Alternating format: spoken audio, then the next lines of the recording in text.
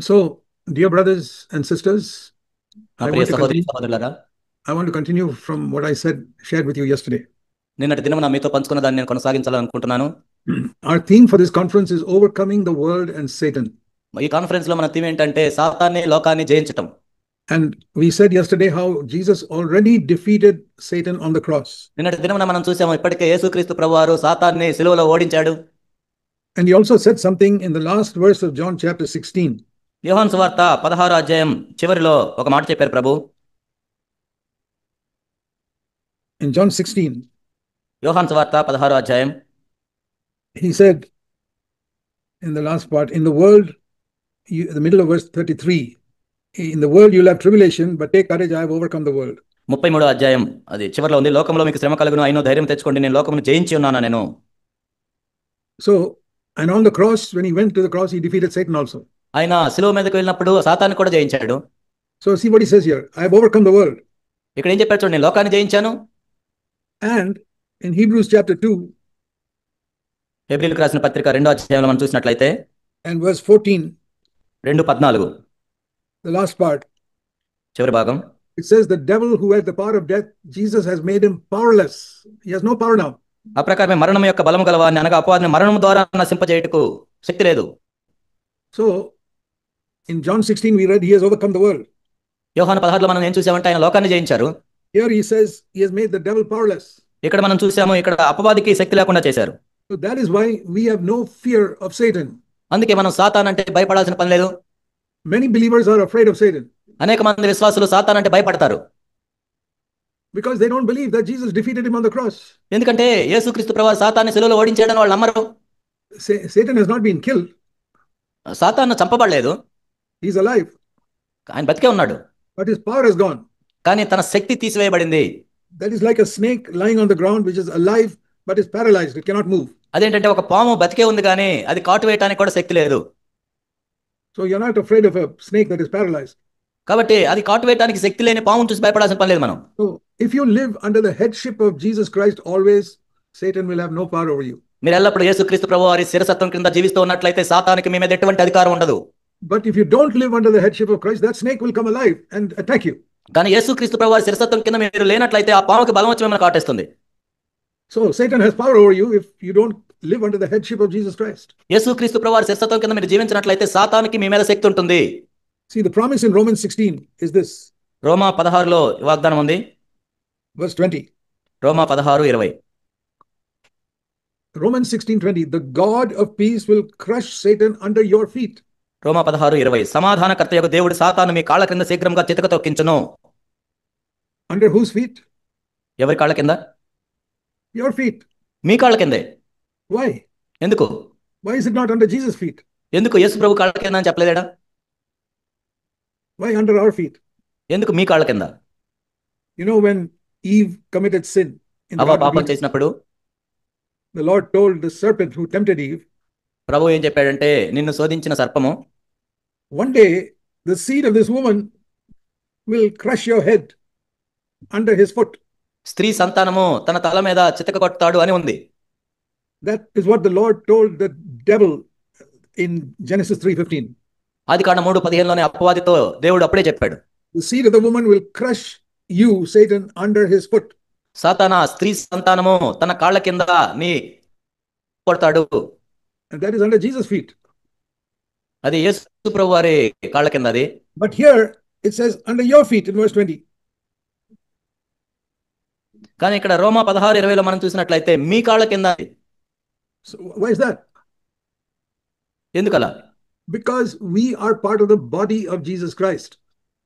ఎందుకంటే మనం కూడా యేసుక్రీస్తు ప్రభువారి శరీరంలో భాగములు అవయములై ఉన్నాము. So Christ is the head and we are the body. క్రీస్తు శిరస్సు అయినాడు, మనము దేహమై ఉన్నాం. So it is under our feet. Because we are the body, it is under our feet that Satan is crushed. ఎందుకంటే మన కాళ్ళ కిందే చితక తొక్కించబడతాడు, ఎందుకంటే మనం యేసుక్రీస్తు ప్రభువారి పాదముల వలె ఉన్నాం. Now that is possible only if you live with a clear conscience. ఎప్పుడైతే నువ్వు మంచి మనస్సాక్షి కలిగి జీవిస్తావో అప్పుడే అది సాధ్యం. If you allow some sin in your life, then Satan will have power over you. నీ జీవితంలో నువ్వు పాపాన్ని కలిగి ఉన్నట్లయితే అపవాది నీ మీద అధికారాన్ని కలిగి ఉంటాడు. Please remember this, my dear brothers and sisters. నా ప్రియ సహోదరి సహోదరులారా, దయచేసి దీన్ని జ్ఞాపకం చేసుకోండి. Satan can get power over you only if you permit some conscious sin in your life. నీకు తెలిసిన పాపాన్ని నీ జీవితంలో నువ్వు కొనసాగిస్తూ ఉన్నట్లయితే సాతాను నీ మీద అధికారాన్ని కలిగి ఉంటాడు. If you have some conscious wrong attitude towards another person, వేరే వాళ్ళ మీద నీకు తెలిసి నువ్వు తప్పుడు వైఖరిని కలిగి ఉన్నట్లయితే, whether believer or unbeliever, విశ్వాసం మీదైనా అవిశ్వాసం మీదైనా, if you have an attitude towards somebody in the world which is not loving, వేరే వాళ్ళ మీద నువ్వు ప్రేమ లేని వైఖరిని కలిగి ఉన్నట్లయితే, loving does not mean you have to be friends with everybody. ప్రేమ కలిగినటువంటి వాళ్ళు ఇప్పుడు అందరితో స్నేహంగా ఉండమని కాదు. Jesus loved the Pharisees, but he was not friends with them. యేసుక్రీస్తు ప్రభువారు పరిసయ్యులను ప్రేమించారు, కానీ వాళ్ళతో ఏం స్నేహంగా లేరు. So we are not friends with most people in the world. We are not their friends. కాబట్టి ఈ లోకంలో అనేక మందికి మనం స్నేహితులుగా ఉండలేము. And even some of our relatives, we are not really friends with them. కొంతమంది మన బంధువులతో కూడా మనం ఏమి స్నేహితులుగా ఉండలేము. But we must love them. We must love even our enemies. కానీ మన శత్రువులను కూడా ప్రేమించాలి. So we are not saying that we have to be friends with everybody. అంటే అందరితో మనం స్నేహంగా ఉండాలి అనేవి కాదేడ. But we must love everybody. Jesus said, even our enemies, we must love them. కాబట్టి మనం శత్రువులు కానీ ఎవరినైనా ప్రతి ఒక్కరిని మనం ప్రేమించమని ప్రభు చెప్పారు. And love is an attitude of the heart towards them. కాబట్టి ఇతరుల పట్ల మన హృదయ వైఖరి ప్రేమ. It doesn't mean you have to go and spend time with them or talk to them or help them and nothing like that. కాబట్టి వాళ్ళతో వెళ్ళి మనం సమయం గడపడం, సహాయం చేయడం, వాళ్ళతో ఉండటం అది. But we have to love them in our heart. హృదయంలో వారిని ప్రేమించాలి. Because if I hate anybody, the devil's got a place in my heart. ఎందుకంటే నేను ఎవరిని ద్వేషించినా కానీ అపవాది తన కాలు మన హృదయంలో ఉంటుంది. There is no hatred in God except towards evil. కాబట్టి ఒక దుష్టత్వం వైపు తప్ప ఎవరి మీద దేవునికి ద్వేషం అనేది ఉండదు. The Bible says God so loved the world. దేవుడు ఏం చెప్పాడంటే, బైబిల్ ఏం చెప్తుందంటే దేవుడు లోకమును ఎంతో ప్రేమించెను. And the world is full of evil people. God loves them. కాబట్టి ఎంతో దుష్టులు ఉన్న ఈ లోకంలో దేవుడు వారిని ప్రేమిస్తూ ఉన్నాడు. He does not agree with them. వాళ్ళతో మనం ఏకీభవించలేము. He does not have fellowship with them. వారితో సహవాసం కలిగి ఉండలేము. He does not spend time with them. కాబట్టి వాళ్ళతో సమయాన్ని మనం గడపలేము. But he loves them. కానీ ఆయన వారిని ప్రేమిస్తూ ఉన్నాడు. So we may not have time for most people in the world. కాబట్టి అనేక మందితో మనం కూడా ఏమి స్నేహంగా ఉండలేము. But there is no excuse if you don't love everybody. కానీ ప్రతి ఒక్కరిని మనం ప్రేమించాలి. And if you love God with all your heart, నీ హృదయం అంతటితో దేవుని నువ్వు ప్రేమిస్తుంటే, and you seek with the Holy Spirit's power to love other people, పరిశుద్ధాత్మతో నువ్వు సహాయం కోరి అందరినీ ప్రేమించడానికి ప్రయత్నం చేస్తుంటే, and make Jesus Christ Lord of your life, అప్పుడు యేసుక్రీస్తు ప్రభువారే నీ జీవితంలో అధిపతిగా ఉంచుకున్నట్లయితే, I can tell the weakest member sitting here, you'll have power over Satan.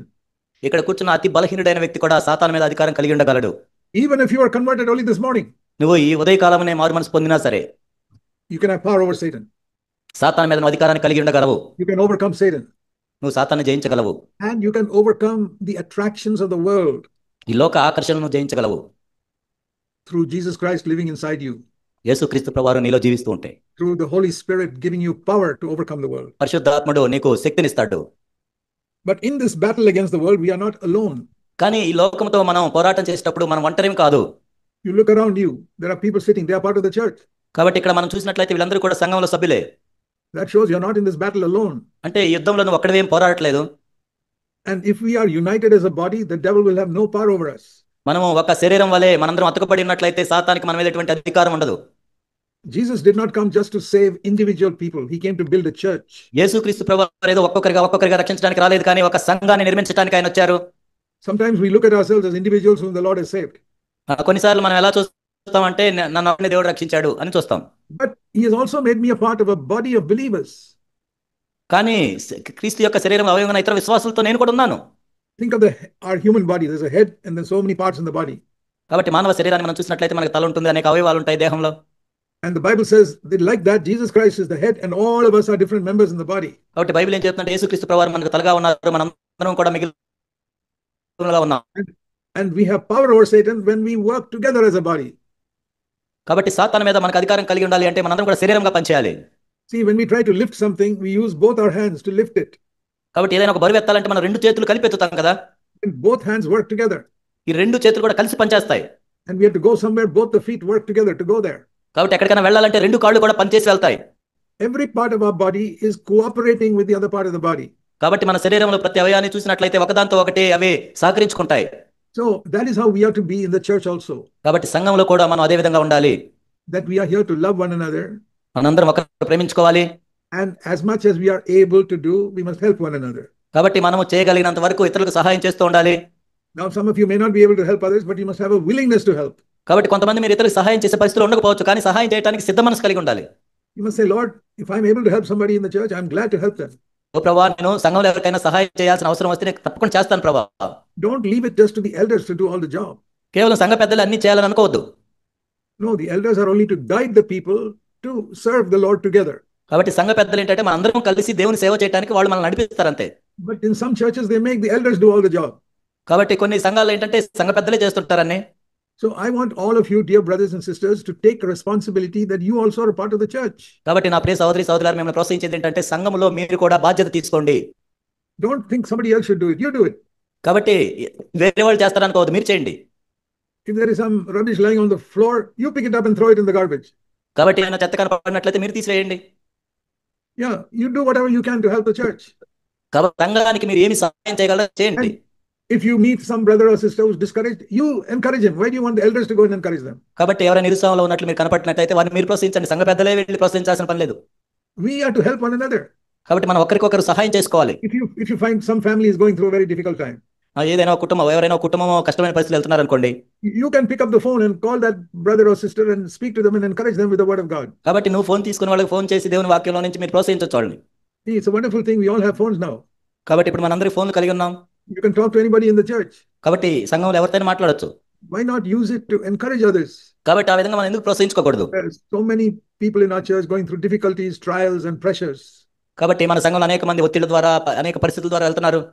Maybe they can only come to a meeting once in a week on a Sunday. కాబట్టి ఆదివారం ఒకసారి వాళ్ళు మీటింగ్కి వచ్చి కనపడతారు కానీ, but you can encourage them the rest of the week when you meet them. Just or even if you don't meet them, call them up on the phone and encourage them. కాబట్టి వాళ్ళని మనం నేరుగా కలిసే అవకాశం వచ్చినా రాపోయినా phone చేసి మాట్లాడొచ్చు. How long does it take to call somebody and encourage them? 2 minutes. కాబట్టి ఫోన్ చేసి ప్రోత్సహించడానికి ఎంత టైం పడుతుంది? 2 నిమిషాలు. And you can do that while you're in your home. కాబట్టి మీ ఇంట్లో నుంచే చేయొచ్చు మీరు.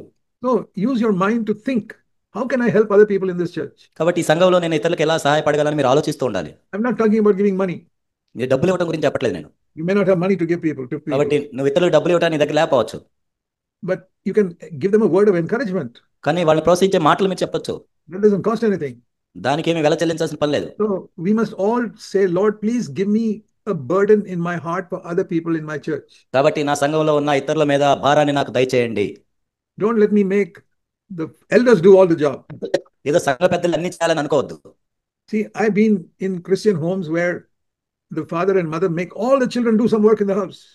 కాబట్టి నేను కొన్ని ఇంట్లో ఇళ్లలో ఉన్నప్పుడు పిల్లలందరూ కూడా పనిచేస్తూ ఉంటారు ఇంట్లో. I was recently in the house of one of my sons. నేను నా కుమారుని ఇంట్లో ఉన్నాను. And he has 6 children. Some of them are small.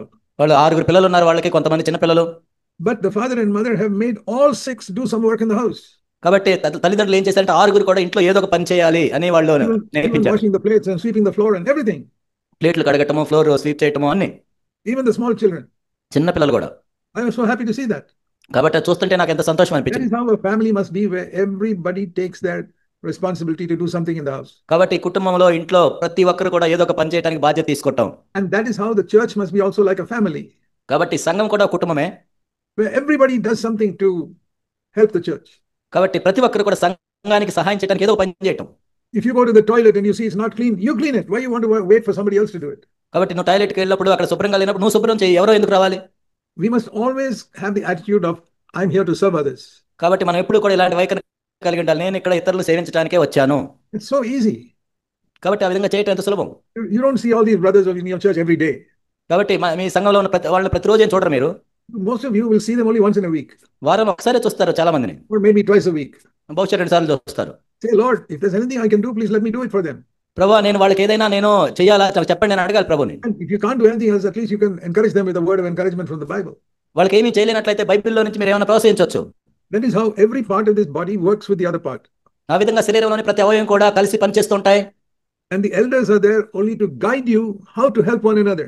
కాబట్టి సంఘ పెద్దలు ఏం చేస్తారంటే ఒకరికొకరు ఏ విధంగా సహాయం చేయాలని వాళ్ళు నడిపిస్తారు. God has not appointed elders to do all the job. కాబట్టి సంఘ పెద్దలు అన్ని పనులు చేయాలని దేవుడు నియమించలేదు వాళ్ళని. See, our CFC churches are patterned in a very different way from all other churches. మన CFC సంఘాలను చూసినట్లయితే వేరే ఇతర సంఘాలతో పోల్చి చూసుకున్నట్లయితే మనదంతా వేరుగా ఉంటుంది. I'll tell you a number of differences. కొన్ని తేడాలు వ్యత్యాసాలు నేను చెప్తాను. We have about more than 100 churches around the world.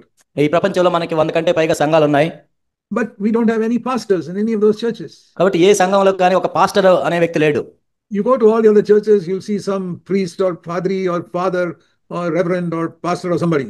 మీరు ఏ సంఘానికి వెళ్ళినా ఏ రెవరెండో పాస్టరో లేకపోతే ప్రీస్టో ఎవరో ఉంటారు. But we don't have anybody like that. కానీ అలా మన సంఘాలు ఎవరు ఉండరు. Everybody is a brother. ప్రతి ఒక్కరు కూడా ఒక సహోదరుడు అంతే. Only God is our Father. దేవుడే మన తండ్రి. We don't call anybody father on the earth. కాబట్టి ఈ భూమి మీద ఎవరిని తండ్రి అని పిలవకూడదు. And we don't call anybody pastor also. ఎవరిని పాస్టర్ అని కూడా పిలవం. Jesus said, you are all brothers.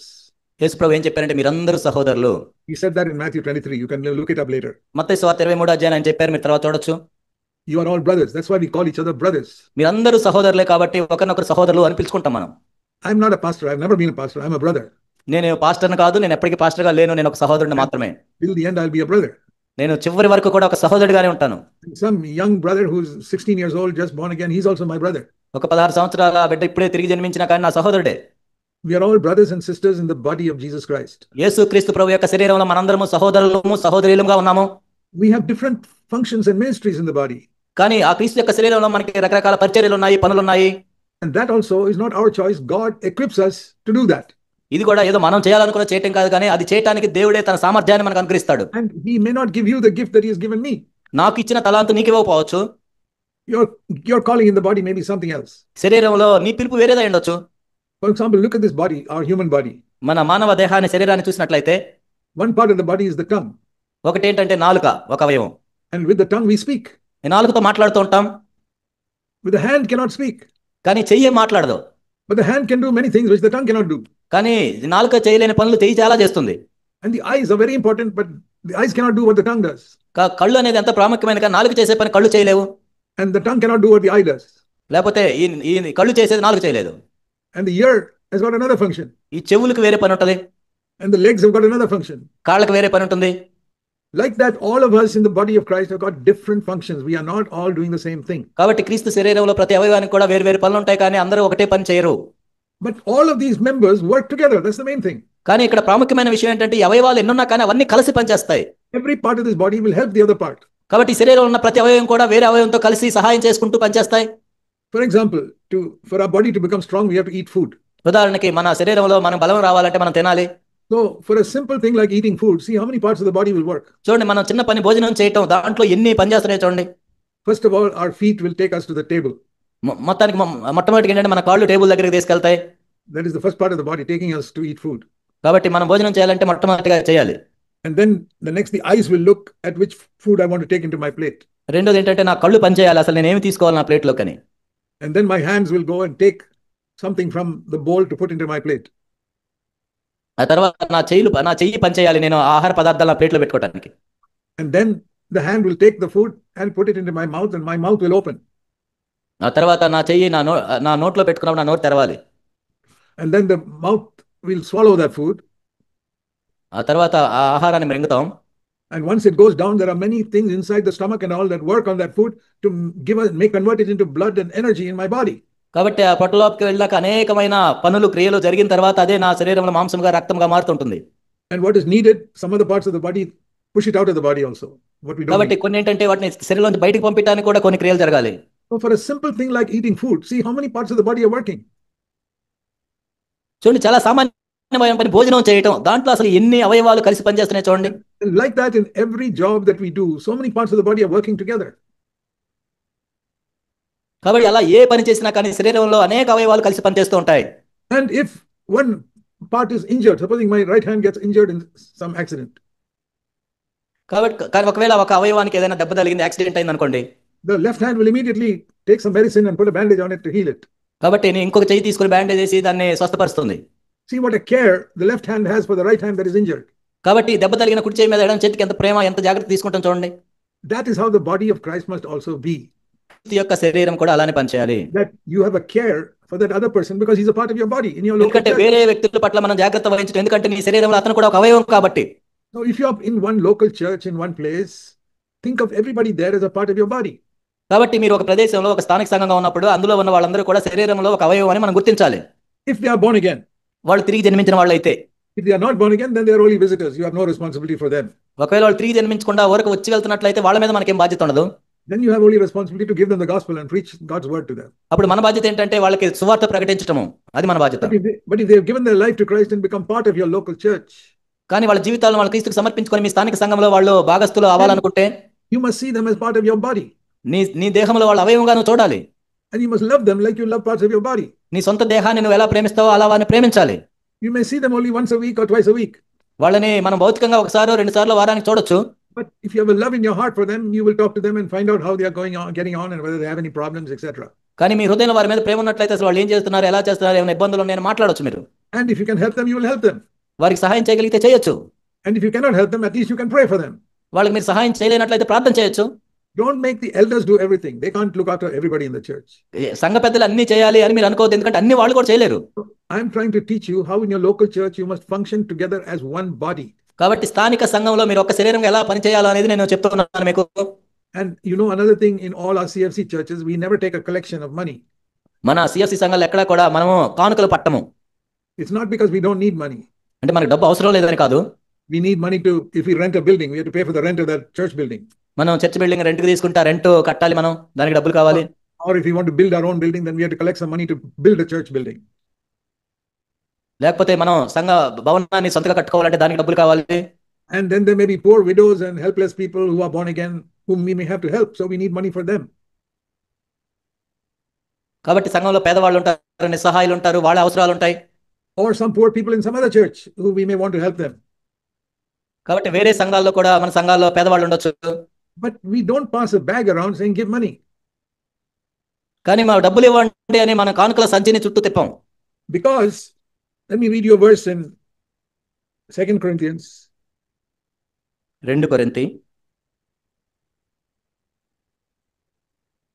and 2 Corinthians we read in chapter 9. 2 కొరింథీ 9వ అధ్యాయం.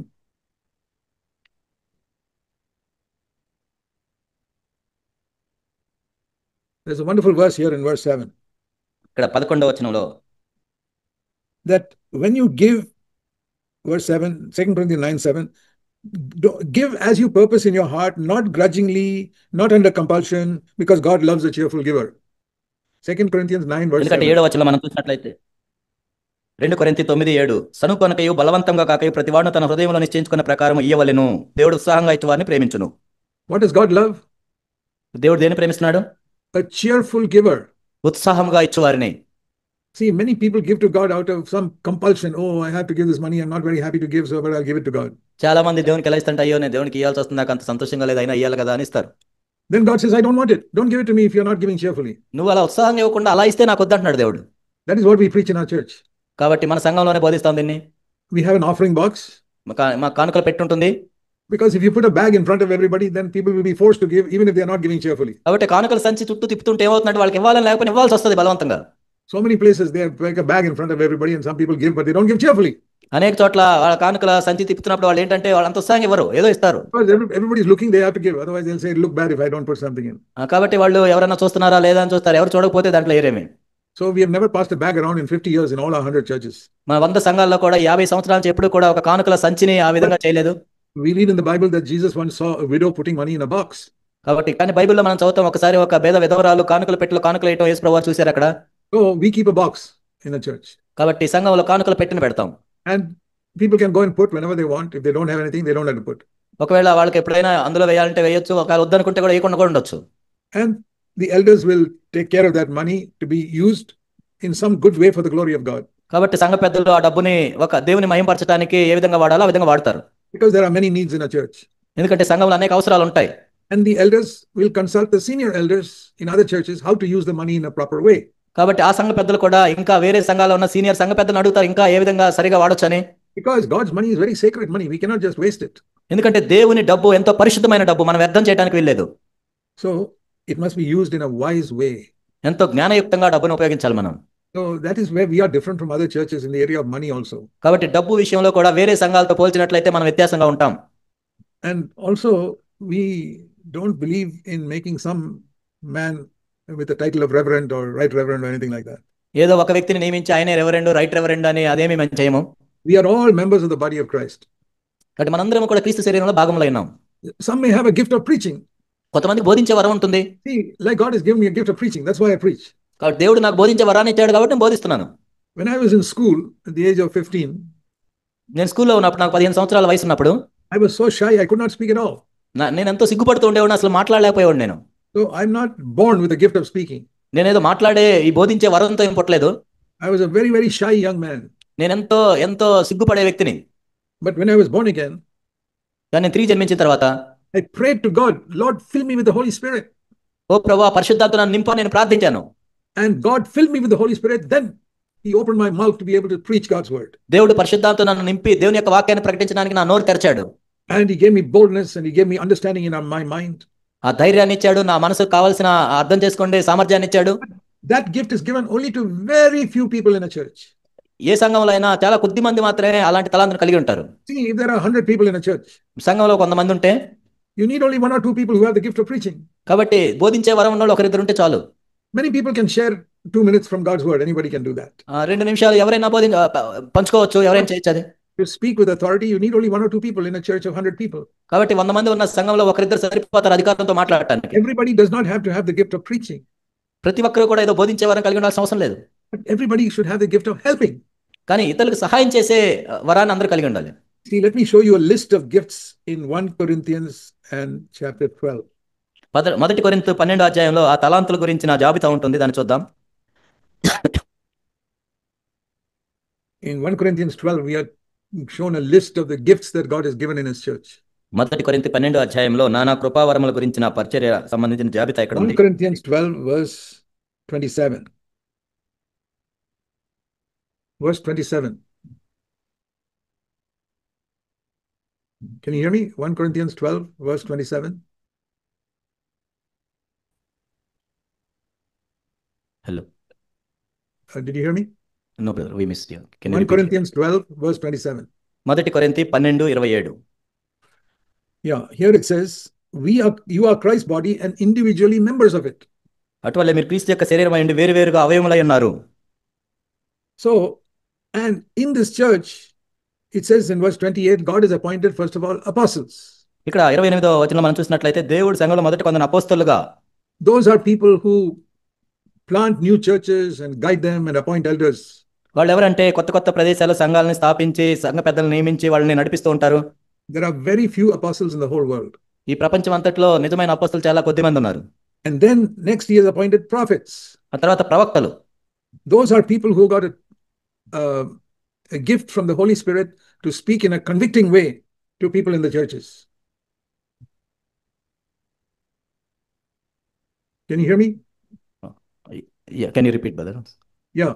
Prophets are those who have a gift of the Holy Spirit to preach in a convicting way to the people. ప్రవక్తలు ఎవరంటే దేవుని దగ్గర నుంచి వాళ్ళ వర్తమానాన్ని విని ప్రజలకు ఒప్పింపజేసేవాళ్ళు.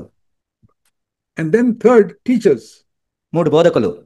Those are people who can take the Bible and explain it in very simple language for even young people can understand. వాళ్ళు బైబిల్ తెరిచి చిన్న పిల్లలకి అందరికి అర్థమయ్యేటట్లు బైబిల్ని వివరించగలిగే వాళ్ళు. These are some of the most important gifts, 1, 2 and 3. కాబట్టి ఈ 3 అతి ప్రాముఖ్యమైన పరిచర్యలు. And then there are people who have the gift of miracles. There are very, very few people like that in the world. ఆ తర్వాత అద్భుతాలు చేసే వాళ్ళు ఉంటారు. ఈ ప్రపంచంలో మనం చూస్తే చాలా కొద్ది మంది ఉంటారు వాళ్ళు. Gift of healing, very, very few people in the world have that. ఆ తర్వాత Did you hear me? Yes. Tell me, brother. Yeah, after gift of healing, it says helps. ఆ తర్వాత ఉపకారములు చేయవారు. Yeah, that is a gift that everybody can have and seek for. ఇదేంటంటే ప్రతి ఒక్కరు కూడా కోరుకోదగిన పరిచర్య. Then there are other gifts like administration and tongues and all, which only few people have. ఆ తర్వాత ప్రభుత్వం చేయవారు, నానా భాషలు మాట్లాడేవారు కొద్ది మంది ఉంటారు. But this one gift of helps, every one of you can ask God to give you the gift of helps. కాబట్టి ఉపకారములు చేయవారు అనే వరం గురించి ప్రతి ఒక్కరు అడగాలి దేవుణ్ణి. You say, Lord, I'm not qualified to be an apostle or a prophet. ప్రభువా నేనేం అపోస్తలుని కాదు, ప్రవక్తని కాదు, బోధకుని కాదు. But I want to be a help. I volunteer to be a help in the body of Christ. కానీ క్రీస్తు యొక్క శరీరాలను ఉపకారం చేసేవాళ్ళగా ఉండాలి. Any type of help you want me to do, Lord, please give me the ability to help people. ప్రభువా నేను ఎటువంటి ఉపకారం చేయాలి మీరు అనుకున్నా కన్నా చేయడానికి కావాల్సిన సామర్థ్యాన్ని నాకు దయచేయండి. That help may be sweeping the floor or cleaning the toilet. ఆ ఉపకారం ఏదైనా ఉండొచ్చు, అది ఓడవటం కావచ్చు, లేకపోతే టాయిలెట్ క్లీన్ చేయడం అయ్యొచ్చు, or encouraging children in a Sunday school, లేకపోతే సండే స్కూల్లో పిల్లలను ప్రోత్సహించడం అవ్వచ్చు, or going and visiting some sick person and encouraging him, లేకపోతే రోగులుగా ఉన్న వారిని దర్శించి వారిని ప్రోత్సహించడం అవ్వచ్చు, or if you have a lot of money, helping somebody financially. లేకపోతే నీ దగ్గర డబ్బులు ఉన్నట్లయితే వేరే వాళ్ళకి డబ్బులు సహాయం చేయడం అవ్వచ్చు. And there are so many ways in which we can help. ఎన్నో విధాలుగా మనం సహాయం చేయొచ్చు. All of us can help. Even the sisters and children can help. మనందరం ఉపకారం చేయొచ్చు, సహోదరులు కానీ పిల్లలు కానీ ఎవరైనా సహాయం చేయొచ్చు. So ask for this gift. కాబట్టి ఈ వరం గురించి అడగండి. Say, Lord, I can't be an apostle or a prophet or a teacher. ప్రభువా నేను ఒక అపోస్తలుగా ఉండలేను, ఒక బోధకుడిగా ఉండలేను, ఒక ప్రవక్తగా ఉండలేను. I can't be a miracle worker or a healer. నేను ఏదో అద్భుతాలు చేసేవాడిని కాదు, స్వస్థపరిచేవాడిని కాదు. But help. I raise my hand and I volunteer to be a help. ప్రభా ఉపకారం చేసేవాడిగా ఉండటానికి సహాయం చేయండి. నేను స్వచ్ఛందంగా And నేను ఉపకారం చేస్తాను. in addition to that, if God gives you other things later on, that's another thing. కాబట్టి దానికి పైగా ఇంకా దేవుడు ఏమన్నా ఇస్తే అది వేరే విషయం. See, when I was converted, I was only 19 years old. నేను మారు మనసు పొందినప్పుడు నాకు 19 సంవత్సరాల వయసు. I'm 86 now, so that was more than 66 years ago. ఇప్పుడు నాకు 86 సంవత్సరాలు, అంటే 66 సంవత్సరాల కంటే పైన. And then when I was 21, I took baptism. నాకు 21 సంవత్సరాల వయసు వచ్చినప్పుడు నేను బాప్టిజం తీసుకున్నాను. And then I did not have any gift of preaching. నేను బోధించే వరం లేదు నాకు. So what I used to do, in the church where I was, after the meeting, they would serve lunch. నేను ఏం చేసేవాడిని అంటే మా చర్చ్ అయిపోయిన తర్వాత అక్కడ భోజనం ఉండేది. It was a small village church. Everybody would sit on the floor. అది చిన్న గ్రామంలో ఉండే సంఘం కాబట్టి అందరూ నేల మీద కూర్చుండేవాళ్ళు. And they would have a leaf in front of them. And వాళ్ళ ముందు ఆకు వేసుకొని కూర్చుండేవాళ్ళు. so I would take a bucket and take rice and put it in everybody's plate. నేను బకెట్ రైస్ తీసుకొని నేను అందరి ప్లేట్లు పెట్టేవాడిని. Or take some sambar and put it in everyone's లేదా సాంబార్ తీసుకొని వడ్డించేవాడిని. That's what I did. నేను అదే That is చేశాను. what that is how I started serving the Lord. నేను ఆ విధంగా ప్రభువుని సేవించడం ప్రారంభించాను. And I did that for many years. అనేక సంవత్సరాలు అలా చేశాను నేను. And if there's some room to sweep, I will sweep that room also. ఏదైనా వడవాళ్ళతో తూడ్చేవాడిని. Being a help. కాబట్టి ఉపకారం చేయటం. That is how I started. ఆ విధంగా నేను ప్రారంభించాను. Then many years later, God gave me a gift of speaking also. అయితే అనేక సంవత్సరాల తర్వాత దేవుడు నాకు బోధించడానికి కూడా ఇచ్చాడు. What I'm saying is, all of you must be willing to start by doing some small job. కాబట్టి మనందరం కూడా చిన్న చిన్న పనులతో ప్రారంభించాలి. Sometimes I would go and visit somebody's home and encourage them, just one family. ఒకసారి నేను ఏం చేస్తానంటే కొన్ని ఇళ్ళకి వెళ్ళి వాళ్ళని నేను ప్రోత్సహించేవాడిని. ఒక I did కుటుంబం. not know how to preach, but I could go and encourage them in their home. నేను వాళ్ళ ఇంట్లోకి వెళ్ళి వాళ్ళని ప్రోత్సహించేవాడిని, నేను బోధించేవాడిని కాదు. And if somebody was sick, I could go and encourage them and pray for them. కాబట్టి ఎవరికైనా ఆరోగ్యం బాగాలేనప్పుడు వాళ్ళ కోసం నేను వెళ్ళి ప్రార్థన చేసి ప్రోత్సహించి వచ్చేవాడిని. What I'm trying to say is, don't say there is nothing I can do in the body of Christ. కాబట్టి నేను ఎందుకు చెప్తున్నానంటే క్రీస్తు శరీరంలో నేను చేయడానికి ఏమీ లేదని అనొద్దు. I say to all of you, every one of you, in the name of Jesus Christ, all of you can do something in the body of Christ. కాబట్టి మీకు అందరికీ నేను చెప్తున్నాను, యేసు నామములో మీ అందరికీ చెప్తున్నాను, క్రీస్తు యొక్క శరీరంలో మీరు అందరూ కూడా ఏదో ఒక పని కలిగి ఉండొచ్చు. That is the type of local church you must build in your locality. అటువంటి స్థానిక సంఘాన్ని మీ ప్రదేశంలో మీరు కట్టాలి. We don't want lazy people who just come and sit in the church like big Maharajas and Maharanis just to listen to the message and go home. ఏదో అందరూ సోమరులుగా కూర్చొని ఒక మహారాజులాగా రాణులాగా కూర్చొని ఏదో మెసేజ్ని వెళ్ళటం కాదు. If you don't do anything, no work at all, then you're like a Maharaja, Maharani. అసలు నీకు చేయడానికి ఏ పని లేకుండా నువ్వేమీ పని చేయట్లేదంటే నువ్వు ఒక మహారాజువి, మహారాణివి. You go to a palace, the Maharaja and Maharani does nothing. నువ్వు ఒక ప్యాలెస్ లోకి వెళ్ళినట్లయితే మహారాజు మహారాణి ఏమి చేయరు, వాళ్ళు కూర్చుంటారు అంతే. All the other people, servants and all, are doing something. మిగిలిన వాళ్ళందరూ సేవకులు ఉంటారు, పరిచర్య వాళ్ళు పని చేస్తూ ఉంటారు. Say, Lord Jesus, I don't want to be a Maharaja or a Maharani in your church. ఓ యేసు ప్రభువా, నేను ఒక మహారాజులాగా మహారాణిలాగా ఉండదలుచుకోలేదు. I want to be a servant in your church. మీ సంఘంలో నేను ఒక దాసురాలుగా ఉండాలనుకుంటున్నాను. That is what I told the Lord 66 years ago. 66 సంవత్సరాల క్రితం ప్రభుకి నేను చెప్పాను ఇది. And that is what I say to the Lord even today. ఇప్పుడు కూడా నేను ప్రభుకి అదే చెప్తున్నాను. Today also, I am willing to sweep the floor in any church building. ఇప్పుడు కూడా నేను చర్చ్ బిల్డింగ్ లో ఓడవటానికి నేను సిద్ధం. I have cleaned toilets and I am ready to clean toilets even today in any church building. కాబట్టి ఏ church building లో అయినా toilet clean చేయడానికి నేను ఇప్పుడు సిద్ధమే. Because I followed Jesus who washed people's feet on earth. ఎందుకంటే నేను యేసు ప్రభువుని నేను వెంబడిస్తున్నాను. ఆయన ఈ భూమి మీద ఉన్నప్పుడు శిష్యుల పాదాలు కడిగాడు ఆయన. See, that is a very lowly job to take water and wash somebody's feet. చూడండి, నీళ్లు తీసుకొని వేరే వాళ్ళ పాదాలు కడగటం అది ఎంత చిన్న పని అది. Nowadays we wear shoes and all, we don't need to wash feet. ఇప్పుడు మనందరం షూస్ వేసుకున్నాం కాబట్టి పాదాలు కడుక్కునే అవసరం లేదు. But there are other jobs we can do, which is like some lowly job in the church. కాబట్టి సంఘంలో చాలా చిన్న పని, ప్రారంభంలో ఉండే పని చేయొచ్చు. So many of you are probably done nothing for the church so far. ఇప్పటిదాకా బహుశా మీ స్థానిక సంఘంలో మీరు ఏమి చేసి ఉండకపోవచ్చు. From today onwards, ఈ రోజు నుంచి when you go back to your local church, మీ స్థానిక సంఘానికి వెళ్ళేటప్పుడు you pray one simple prayer. ఈ చిన్న ప్రార్థన చేయండి. Lord, I want to be a help in my local church. ఓ ప్రభువా, నా స్థానిక సంఘంలో నేను సహాయపడేవాళ్ళగా ఉండాలి. Tell me what I can do. నేనేం చేయగలను చెప్పండి. Or you go to the elders, that is the best thing. లేక మీకు శ్రేష్టమైన పని ఏంటంటే సంఘ పెద్దల దగ్గరికి వెళ్ళండి. Brother, can you please tell me, I am ready to do something according to my ability, if you want me to help in some way. సహోదరుడా, నేను ఏమన్నా నాకున్న సామర్థ్యం ప్రకారం ఏమైనా చేయాలనుకున్నాను, ఏమైనా చేయొచ్చా? And if not today, next week, please tell me what I can do. ఈ రోజు కాకపోయినా వచ్చే వారమే నేను ఏం చేయగలను చెప్పండి నాకు. Just think, if all of you go to the elders and say that, కాబట్టి మీరు అందరూ వెళ్ళి సంఘ పెద్దలను అలా అడిగితే ఎలా ఉంటుంది చూడండి. you'll have a church where everybody is functioning. కాబట్టి సంఘంలో ప్రతి ఒక్కరు పని చేస్తున్నట్టు కనపడుతుంటారు. Do you like to have a body where the right hand is dead? అంటే మీకు ఎలాంటి దేహం కావాలి? ఇప్పుడు కుడి చేయి పని చేయకుండా పడిపోయిన చెయ్యి. Some people are like that. Their right hand is paralyzed, they can't do anything. కొంతమంది అలా ఉంటుంది, వాళ్ళ చెయ్యి ఇలా పడిపోతుంది, వాళ్ళు ఏం చేయలేరు ఇంకా. Many churches are like that. చాలా సంఘాలు అలానే ఉంటాయి. So many members are dead. చాలా మంది ఆ సంఘ సభ్యులు చనిపోయిన వాళ్ళగా ఉంటారు. I'll describe to you what I see some churches like. కొన్ని సంఘాలు ఎలా ఉంటాయి నేను చెప్తాను. It is a body. అదొక దేహం ఉంటుంది. Christ is the head. ఇక్కడ క్రీస్తే తలగా ఉంటాడు. But one hand is paralyzed, doesn't do anything. ఒక చెయ్యి పక్షవాతం వస్తుంది, ఏమీ పని చేయలేదు. One leg is also lame. It doesn't work properly. ఒక కాలు కూడా సరిగా కుంటుతా నడుస్తూ ఉంటది. And one ear is deaf. You can't hear anything. ఒక చెయ్యి ఏమో చెవిటిగా ఉంటుంది, ఏమీ వినపడదు. One eye is blind. ఒక కన్ను గుడ్డిది, కనపడదు. That's not the type of body Jesus wants. కానీ క్రీస్తుకు కావాల్సిన శరీరం అది కాదు. He wants a healthy body. ఒక ఆరోగ్యకరమైన దేహం ఉండాలి. Are you one of the sick members in the body of Christ? క్రీస్తు యొక్క శరీరంలో జబ్బు పడిన అవయవం లాగా ఉన్నావా? Then you ask God to fill you with the Holy Spirit. పరిశుద్ధాత్మ నింపమని నువ్వు దేవుడిని అడుగు. Say, Lord Jesus, fill me with the Holy Spirit and make me a powerful, useful member in the body. ఓ యేసుక్రీస్తు ప్రభువా, మీ పరిశుద్ధాత్మ నన్ను నింపి మీ యొక్క క్రీస్తు యొక్క శరీరంలో నేను పనిచేసే అవయవంగా నన్ను మార్చండి. I'm not asking you to make me a prophet or a teacher. కాబట్టి మిమ్మల్ని ఏదో మీరు ప్రవక్తలు అవ్వాలని, బోధకులు అవ్వాలని చెప్పట్లేదు. Fill me with the Holy Spirit so that I can be a help in the church. పరిశుద్ధాత్మ నన్ను నింపండి, నా స్థానిక సంఘంలో నేను సహాయకరంగా ఉండటానికి. You know, if all of you start praying like that, మీ అందరూ కూడా అలా ప్రార్థన చేయడం మొదలు పెట్టినట్లయితే, and you ask God to show you something you can do, నువ్వు చేయగలిగింది చూపించమని దేవుడిని అడిగినట్లయితే, I'll tell you from my own experience, start with the small things. నా అనుభవంతో చెప్తున్నాను, చిన్న చిన్న పనులతో ప్రారంభించండి. If you see some paper or rubbish some child has thrown on the floor, ఒక ఫ్లోర్ మీద ఏదైనా ఒక కాగితం కానీ ఏమైనా పడిపోయినట్లయితే, you pick it up and throw it in the garbage. దాన్ని తీసుకొని డస్ట్బిన్ వేసేయండి. And if you see somebody moving chairs, you please say, I'll help you. Tell me where to put this chair. ఎవరైనా చైర్లు arrange చేస్తున్నట్లు మీరు కూడా వెళ్ళి నేను కూడా సహాయం చేస్తానని చెప్పండి. Come early to the meeting to arrange the hall. కాబట్టి హాల్ అరేంజ్మెంట్స్ కోసం మీరు తొందరగా రండి మీటింగ్ కి. Some people got small children, they can't come early. కొంతమందికి చిన్న పిల్లలు ఉంటారు, వాళ్ళు రాలేరు. But if you don't have any children, you can come early to help in the meeting hall in whatever is needed. కాబట్టి మీకు పిల్లలు లేనట్లయితే మీరు ముందే మీటింగ్ కి వచ్చి అవన్నీ అరేంజ్ చేయొచ్చు. We want a revival in all our churches of people who want to help each other.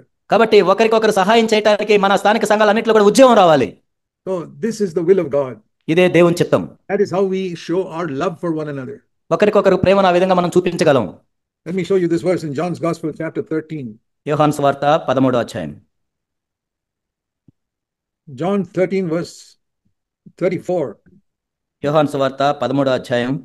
You know, God gave Moses 10 commandments. ఇక్కడ దేవుడు మోషేకి 10 ఆజ్ఞలు ఇచ్చాడు. But Jesus gave us only one commandment. కానీ యేసు ప్రభువు ఒకటే ఆజ్ఞ ఇచ్చారు. John 13:34. యోహాను సువార్త 13వ అధ్యాయం 34వ వచనం. A new commandment I give you, love one another as I have loved you. మీరు ఒకరినొకరు ప్రేమింపవాలని మీకు కొత్త ఆజ్ఞ ఇచ్చుచున్నాను. That is the new covenant commandment. కొత్త నిబంధన ఆజ్ఞ అది. Lord, help me to love everybody in my church. ప్రభువా, నా సంఘంలో ప్రతి ఒక్కరిని ప్రేమించడానికి నాకు సహాయం చేయండి. Becoming a help is after loving them. కాబట్టి వారిని ప్రేమించిన తర్వాత వారికి సహాయం చేయటం. So you say, Lord, help me to love people, then I can help them. ప్రభువా, ముందు నేను నా మనుషులను ప్రేమించడానికి సహాయం చేయండి, తద్వారా నేను సహాయం చేయడానికి. Ask God to fill you with the Holy Spirit so that you can love people. పరిశుద్ధాత్మ నింపమని అడుగు, ఆ విధంగా నువ్వు మనుషులను ప్రేమించవచ్చు. You know, when people pray for being filled with the Holy Spirit, అనేక మంది పరిశుద్ధాత్మ నింపమని ప్రార్థన చేసినప్పుడు so many people say so many things will happen when you are filled with the Holy Spirit. చాలా మంది ఏమంటారంటే నేను పరిశుద్ధాత్మ నింపబడ్డప్పుడు జరిగిందని చెప్తూ ఉంటారు. Some say you'll speak in tongues or you'll have some prophetic gift or something. ఏదో భాషలతో మాట్లాడతారు, ప్రవచనాత్మకమైన వరం వస్తుంది, అది వస్తుంది, ఇది వస్తుంది అంటారు. You don't think about all that. అవన్నీ కాదు ఇప్పుడు. What is the most important thing? కానీ ఒకటి ప్రాముఖ్యమైన విషయం ఏంటంటే Romans 5 verse 5. Roma 5:5. How do you know whether you are filled with the Holy Spirit? I'll tell you today. నువ్వు పరిశుద్ధాత్మతో నింపబడ్డావా లేదా నీకు ఈ రోజు ఎలా తెలుస్తుంది? This is the fullness of the Spirit I want. పరిశుద్ధాత్మతో నింపబడటం అంటే నాకు కావాల్సింది ఇది. Romans 5 verse 5. Roma 5:5. The middle. The love of God is poured into our hearts through the Holy Spirit who is given to us. మనకు అనుగ్రహింపబడిన పరిశుద్ధాత్మ ద్వారా దేవుని ప్రేమ మన హృదయంలో కుమ్మరింపబడి ఉన్నది. So my heart is like an empty vessel. నా హృదయం అనేది ఖాళీ పాత్ర లాంటిది. And I say, Lord, fill me with the Holy Spirit. ప్రభువా, మీ ఆత్మతో నింపమని నేను అడిగినప్పుడు And he pours his love into my heart and it fills up with love. తన ప్రేమను నా పాత్రలో కుమ్మరించాడు, నింపాడు. And I'm so happy that God loves me. దేవుడు నన్ను ఎంతగానో ప్రేమిస్తున్నాడని సంతోషంగా ఉన్నాను. And I find myself secure in the love of God. దేవుని యొక్క ప్రేమలో నేను ఎంతో భద్రపరచబడి ఉన్నాను. And then he fills me, that love overflows to other people. ఆ తర్వాత ఆ ప్రేమ కుమ్మరించబడి ఇతరుల్లో కూడా ప్రవహించడానికి ఆయన సహాయం చేశాడు. So other people also can experience God's love through me. కాబట్టి దేవుని ప్రేమను నా ద్వారా వేరే వాళ్ళు కూడా అనుభవిస్తున్నారు.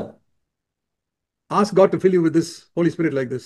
పరిశుద్ధాత్మ నింపబడాలని, దీనికోసం నింపబడాలని మీరు అడగండి దేవుణ్ణి. It's easy to remember this verse, Romans 5:5. రోమా 5:5 ఎంత సులభం ఇది గుర్తుపెట్టుకో. Lord, fill me with the Holy Spirit according to Romans 5:5. ప్రభువా, రోమా 5:5 ప్రకారం పరిశుద్ధాత్మతో నన్ను నింపండి. Then the love of God will flow out through me to everybody I meet.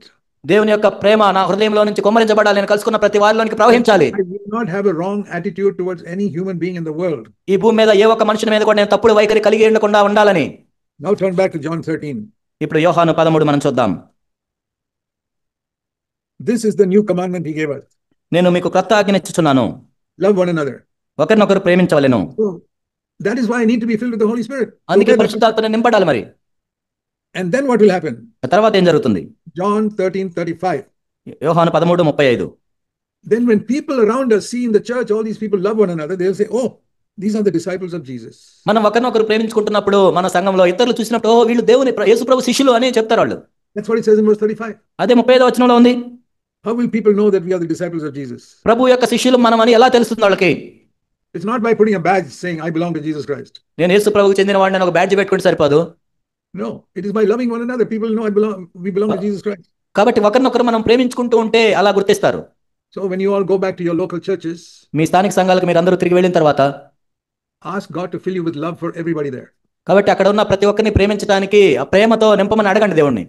You may say, brothers, some people are so difficult to love them. మీరు అనొచ్చు కొంతమందిని ప్రేమించడం చాలా కష్టం సహోదరుడు అనొచ్చు మీరు. Do you know it was very difficult for Jesus to love you also? కాబట్టి నిన్ను ప్రేమించడం కూడా ప్రభువుకి ఎంతో కష్టం. We are all such bad people, but Jesus loved us. మనంతో చెడ్డవాళ్ళమైనా ప్రభు ప్రేమించాడు కదా. I know I was a bad sinner, but Jesus loved me. నేనెంతో చెడ్డ పాపిని అయినా ప్రభు నన్ను ప్రేమించాడు మరి. And so I can also love bad people like that. కాబట్టి అటువంటి చెడ్డవాళ్ళని కూడా నేను ప్రేమించగలను. Because Jesus loves them through me.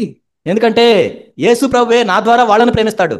And Jesus changed me, a bad person, and made me a good person. కాబట్టి చెడ్డవాడినైనా నన్ను ప్రభు మార్చి మంచివాడిగా మార్చాడు కదా. And Jesus can love other bad people through me and make them also good. కాబట్టి వేరే చెడ్డవాళ్ళని కూడా యేసు ప్రభు నా ద్వారా ప్రేమించి వాళ్ళని కూడా మంచిగా మారుస్తాడు. This is the ministry of the church. ఇదే సంఘం యొక్క పరిచర్య. One last verse. చివరి మాట. When you build a church like this, నువ్వు అలాంటి సంఘాన్ని కట్టిన తర్వాత, when Jesus works through you and builds a church in your village like this, యేసుక్రీస్తు ప్రభువు నీ ద్వారా పనిచేసి మీరుంటున్న ప్రాంతంలో ఆ సంఘాన్ని కట్టినట్లయితే, here is a promise. ఇక్కడ ఒక వాగ్దానం ఉంది. Matthew 16 and verse 18. మత్తయి సువార్త 16వ అధ్యాయం 18వ వచనం. Where Jesus said, I will build my church. నా సంఘము నేను కట్టుదును. In the middle of that verse. ఆ మధ్యలో ఉంటుంది. And all the powers of hell will not be able to overpower it. పాతాళ లోక ద్వారములు దాని ఎదుట నిలవనేరవు. That means all the power of hell and the devil cannot defeat that church. కాబట్టి ఆ నరకంలో ఉన్న శక్తులు, పాతాళంలో ఉన్న శక్తులు, అపవాది యొక్క శక్తులు ఏవి కూడా నిలబడలేవు. When does the devil defeat somebody? కాబట్టి ఎవరైనా ఆ విధంగా చేసినప్పుడు, when that person has got little hatred towards somebody. మనం ఎప్పుడైనా ఒక అసూయ కలిగి ఉన్నట్లయితే, or if you got some bitterness against someone, లేకపోతే వేరే వాళ్ళ మీద క్షమించలేనట్లయితే, or you hate someone, ఎవరైనా ద్వేషిస్తున్నట్లయితే, then the devil has got power over you. అప్పుడు అపవాది నీ మీద శక్తిని కలిగి ఉంటాడు. But as long as you love everybody, the devil has no power over you. కానీ నువ్వు ప్రతి ఒక్కరిని ప్రేమిస్తున్నట్లయితే అపవాదికి నీ మీద ఎటువంటి శక్తి ఉండదు. The devil is always trying to put some poison of hatred into your heart. అపవాది ఎప్పుడు ఏం చేస్తాడంటే నీ హృదయంలో ఏదో ఒక విషాన్ని నింపుతాడు, ద్వేషాన్ని నింపుతాడు. You know, some years ago there was a disease called COVID which went around. కొన్ని సంవత్సరాల క్రితం కోవిడ్ అనే వ్యాధి వచ్చింది. And people were so afraid of getting it, they went with mask everywhere. వాళ్ళు అందరూ భయపడి మాస్కులు పెట్టుకున్నారు. Now we must be so afraid of getting hatred in our heart like COVID. కాబట్టి మన హృదయంలోనికి ద్వేషం రాకుండా మనం అలా కాపాడుకోవాలి హృదయాన్ని. Hatred is worse than COVID. కాబట్టి ద్వేషం అనేది కోవిడ్ కంటే ఎంత ప్రమాదకరమైంది. COVID may make you sick, but hatred will kill you. Covid అనేది ఒకవేళ నీకు జబ్బును తీసుకొస్తుంది, కానీ ద్వేషం అనేది నిన్ను ఆత్మీయంగా చంపేస్తుంది. Hatred will send you to hell. ద్వేషం అనేది నరకానికి పంపిస్తుంది.